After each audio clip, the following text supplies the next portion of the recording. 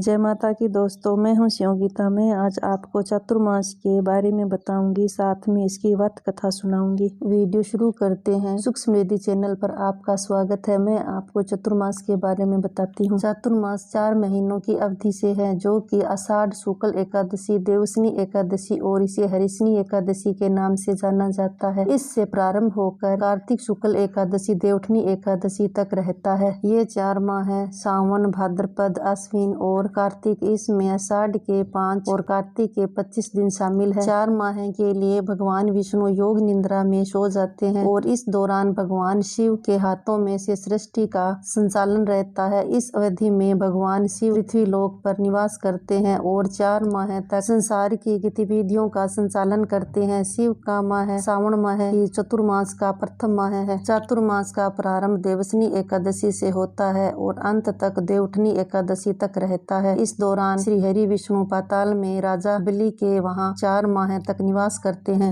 इन 4 माहों में सभी तरह के मांगलिक कार्य और शुभ कार्य बंद हो जाते हैं। इसलिए 4 माह में विवाह, संस्कार, जातकर्म, संस्कार, गृह प्रवेश आदि सभी मंगल कार्य निषेध माने गए हैं, क्योंकि इन 4 महीनों में भगवान के सोए रहने के कारण हमें भगवान का आशीर्वाद नहीं मिलता है। इन 4 माह को व्रत, भक्ति, तप और साधना का माह माना जाता है। इन 4 माह में संत जन यात्राएं बंद करके आश्रम, मंदिर या अपने मुख्य स्थान पर रह कर ही व्रत और साधना का पालन करते हैं। इस दौरान फर्श पर सोना और सूर्य देव से पहले उठना बहुत शुभ माना जाता है। उठने के बाद अच्छे से स्नान करना और अधिकतर समय मौन रहना चाहिए। इस व्रत में दूध, शक्कर, दही, तेल, बैंगन, पत्तेदार सब्जियां, नमकीन या मसालेदार भोजन, मिठाई, सुपारी, मांस और मदिरा का सेवन नहीं किया जाता है। बारिश का मौसम रहने के कारण इन 4 माह में जहां हमारी पाचन शक्ति कमजोर पड़ती है, वहीं भोजन और जल में बैक्टीरिया की तादाद भी बढ़ जाती है। इसलिए वैज्ञानिक दृष्टि से भी देखें तो ये नियम पालन करना जरूरी है। चातुर्मास के दौरान लोगों को जमीन पर सोना चाहिए। मान्यता है कि देवशनी एकादशी के दिन श्री हरि विष्णु योग निद्रा में चले जाते हैं और कार्तिक माह के शुक्ल पक्ष की देवठनी एकादशी को निद्रा से उठते हैं। इसलिए लोगों को पूरे चातुर्मास यानी कि कार्तिक पूर्णिमा तक भूमि पर सोना चाहिए। इससे व्यक्ति को धन की कमी नहीं होती। चातुर्मास के दौरान हमें सभी बुराइयों को त्याग कर देना चाहिए और किसी की भी निंदा नहीं करनी चाहिए और न सुननी चाहिए। इससे पाप से मुक्ति मिलती है। इस चातुर्मास में व्यक्ति को शांत चित्त होकर भोजन करना चाहिए। उन्हें भोजन के दौरान वार्तालाप नहीं करनी चाहिए। माना जाता है कि ऐसा करने से अन्न अशुद्ध हो जाता है। मान्यता है कि जो व्यक्ति शांत तरीके से भोजन करता है, उनके जीवन से दुख नष्ट हो जाता है। चातुर्मास में व्यक्ति को ब्रह्मचारी का पालन करना चाहिए। उपवास रखकर या एक समय भोजन कर स्नान दान के साथ भगवान विष्णु का ध्यान और जप करना चाहिए। बर्तन के बजाय शुद्ध पत्तल पर भोजन करना चाहिए और शांत स्वभाव से जीवन यापन करना चाहिए। चातुर्मास में नींबू, मिर्च, उड़द और चने का त्याग कर देना चाहिए। चातुर्मास में जो भी व्यक्ति केवल दूध पीकर अथवा फल खाकर जीवन यापन करता है, उसके सभी पाप दूर हो जाते हैं। शास्त्रों के अनुसार इस दौरान सावन माह में साग का त्याग, भाद्र मास में दही और मट्ठे का त्याग, अश्विन मास में दूध का त्याग और कार्तिक मास में दाल का त्याग किया जाता है। पुराणों में बताया गया है कि इस दौरान गुड़ के त्याग से व्यक्ति को मधुर स्वर प्राप्त होता है। तेल और घी के त्याग से सौंदर्य यानी कि सुंदरता मिलती है। साग यानी कि पत्तेदार सब्जियां के त्याग से विवेक, बुद्धि एवं अच्छी संतान की प्राप्ति होती है और दही वह दूध के त्याग से व्यक्ति को पुण्य प्राप्त होता है, साथ ही जीवन में तरक्की भी मिलती है। हालांकि इस दौरान स्नान दान करना तथा भगवान विष्णु का ध्यान करना शुभ माना जाता है। अब मैं आपको कथा सुनाती हूँ। प्राचीन समय में बलि नामक दैत्यों का राजा हुआ था। बलि विरोचन का पुत्र तथा प्रहलाद का पोता था। उसने अपनी तपस्या तथा ताकत के बल पर त्रिलोक पर आधिपत्य हासिल कर लिया था, परंतु अन्य असुरों की भांति उसमें भी अहंकार आ गया था। उसके अहंकार को चूर करने के लिए और स्वर्ग वापिस देवताओं को सौंपने के लिए भगवान विष्णु ने वामन अवतार धारण किया था।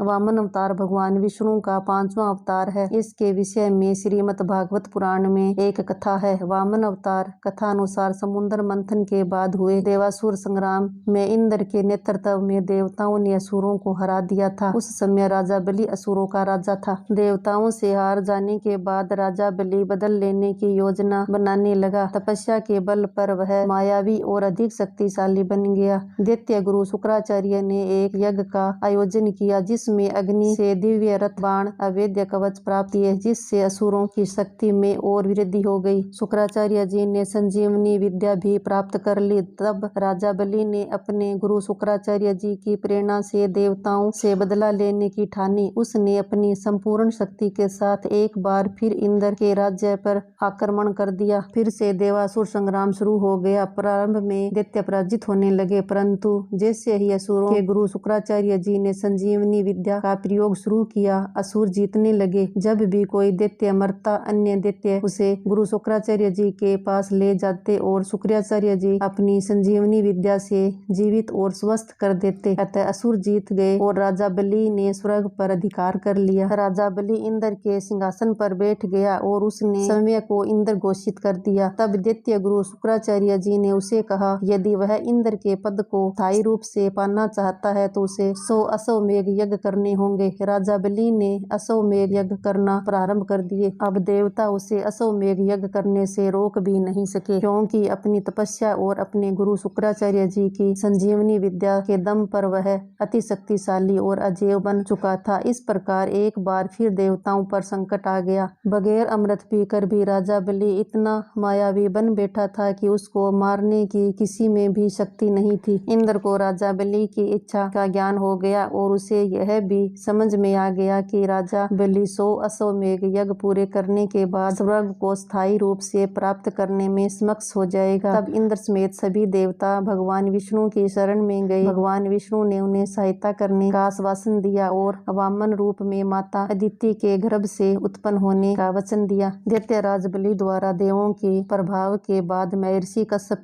के कहने पर माता अदिति ने प्योव्रत का अनुष्ठान किया, जो पुत्र प्राप्ति के लिए किया जाता है। अदिति की भक्ति से प्रसन्न होकर भगवान विष्णु प्रकट होकर बोले, देवी चिंता मत करो, मैं तुम्हारे पुत्र के रूप में जन्म लेकर इंद्र को उसका खोया राज्य दिलाऊंगा। तब भाद्रपद मास की शुक्ल पक्ष की द्वादशी के दिन भगवान विष्णु ने माता अदिति के गर्भ से प्रकट हो अवतार वामन कर लिया। ब्रह्मचारी ब्राह्मण का रूप धारण किया। उनके ब्रह्मचारी रूप को देखकर सभी देवता और ऋषि मुनि आनंदित हो उठे। महर्षि कश्यप ने अन्य ऋषियों के साथ मिलकर उपनयन संस्कार किया। वामन बटुक को महर्षि पुलह ने यज्ञोपवीत, अगस्त्य आंगिरस ने वस्त्र, सूर्य ने छत्र, भृग ने खड़ाऊ, गुरुदेव बृहस्पति ने जनेऊ तथा कमंडल आदित्य ने कौपीन, सरस्वती ने रुद्राक्ष माला तथा कुबेर ने भिक्षा पात्र प्रदान किया। तत्पश्चात भगवान वामन ने पिता से आज्ञा लेकर बलि के पास जाने के लिए घर से प्रस्थान किया। उस समय राजा बलि नर्मदा के उत्तर तट पर अंतिम अश्वमेध यज्ञ कर रहे थे। वामन अवतारी श्री हरि राजा बलि के यहाँ भिक्षा मांगने पहुँच गए। उनके तेज से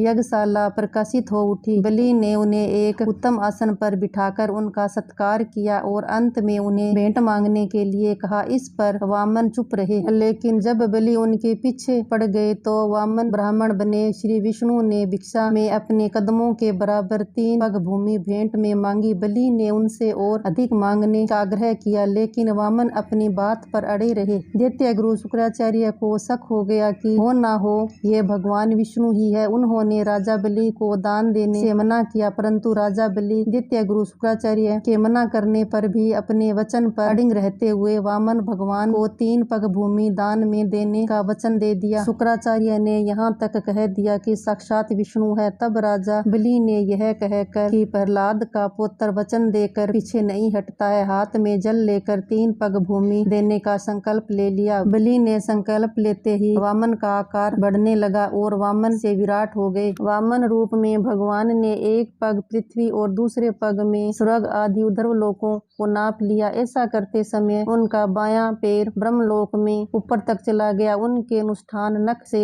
ब्रह्मांड का आवरण तनिक टूट गया। वहां से ब्रह्म द्रव ऋषा और निकल कर ब्रह्मांड में प्रवेश कर गया। ब्रह्मा जी ने भगवान का चरण धोया और चरणोदक के साथ उस ब्रह्म द्रव को अपने कमंडल में ले लिया। वही ब्रह्म द्रव गंगा जी बन गया। तीसरा पग रखने को स्थान कहाँ है? भगवान ने पूछा और कहा कि संकल्प करके दान न करने पर तो नरक और अपयश प्राप्त होगा। अब तीसरा पग रखने का कोई स्थान नहीं रह जाता है। बलि के सामने संकट उत्पन्न हो गया। ऐसे में कोई राजा यदि अपना वचन नहीं निभाए तो अधर्म होता है और वह नरक का भागी होता है। अतः तीसरे पग के लिए बलि ने अपना मस्तक आगे कर दिया। वह बोला, प्रभु संपत्ति का स्वामी संपत्ति से ही बड़ा होता है, तीसरा पग मेरे मस्तक पर रख दे। वामन भगवान ने ठीक वैसा ही किया। बलि के सिर पर पैर रखते ही बलि पाताल में चला गया। भगवान ने उसके समस्त कुल को भी पाताल में भेज दिया। इंद्र को वापिस स्वर्ग का शासन सौंप दिया। बलि के द्वारा वचन पालन करने पर भगवान श्री विष्णु अत्यंत प्रसन्न हुए और भगवान दैत्य राजा बलि को पाताल लोक में राजा बना दिया। इस पर राजा बलि ने कहा कि भगवान, यदि आप मुझे पाताल लोक का राजा बना रहे हो तो मुझे वरदान दीजिए कि मेरा साम्राज्य शत्रुओं के प्रपंचों से बचा रहे और आप मेरे साथ रहे। अपने भक्तों के अनुरोध पर भगवान विष्णु ने राजा बलि के विचार में द्वारपाल के रूप में रहने का संकल्प लिया। पातालपुरी में राजा बलि के राज्य में 8 पहर भगवान विष्णु उपस्थित रहकर उनकी रक्षा करने लगे और इसी तरह बलि निश्चिंत होकर सोता था और संपूर्ण पातालपुरी में शुक्राचार्य के साथ रहकर एक नए धर्म राज्य की व्यवस्था संचालित करता था। इधर बैकुंठ में सभी देवी देवता समेत लक्ष्मी जी अत्यंत चिंतित हो गई। तब इस कठिन काल में नारद जी ने माता लक्ष्मी को एक युक्ति बताई। उन्होंने कहा कि एक रक्षा सूत्र राखी लेकर वे राजा बलि के पास अपरिचित रूप में दीन दुखी बनकर जाएं और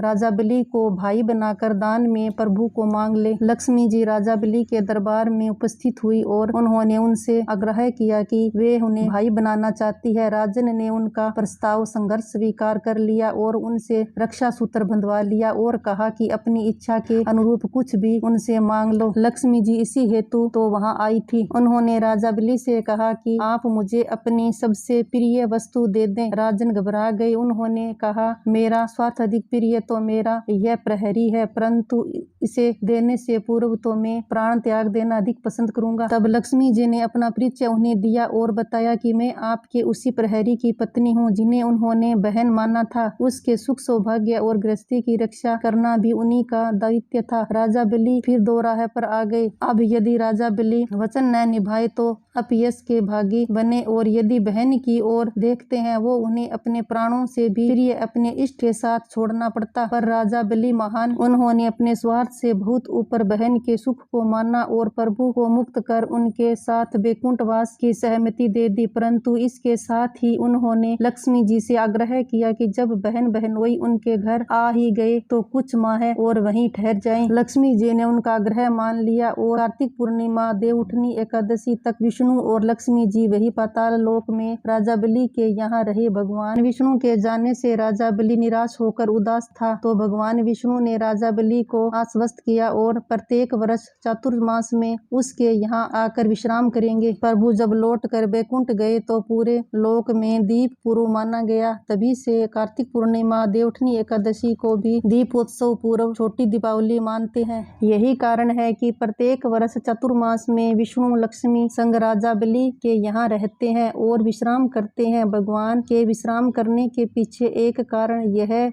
भी है कि एक बार योग निद्रा ने भगवान से अपने शरीर में से उसे स्थान देने को कहा, परंतु भगवान का पूरा शरीर किसी न किसी के लिए आरक्षित था। जैसे किसी हाथ में कमल, किसी हाथ में चक्कर, सीने में भृगु ऋषि का पैर, केवल आंखें बची हुई थी। तो भगवान ने 4 महीने चातुर्मास के लिए योग निद्रा को अपनी आंखों में रहने का स्थान दे दिया। इसी कारण चातुर्मास में भगवान विष्णु विश्राम करते हैं। इन 4 महीनों में भगवान शिव पृथ्वी का कार्यभार संभालते हैं। भगवान की लीला निराली है कि दक्षिणी भारत में मान्यता है कि वर्ष में एक बार राजा बलि अपने प्रजा से मिलने अवश्य आते हैं। इस अवसर पर केरल के लोग प्रसिद्ध ओणम का त्योहार मनाते हैं तथा राजा बलि का कहानी संपन्न हुई। अगर मेरी छोटी सी वीडियो पसंद आई होगी तो आप मेरे चैनल को सब्सक्राइब करें।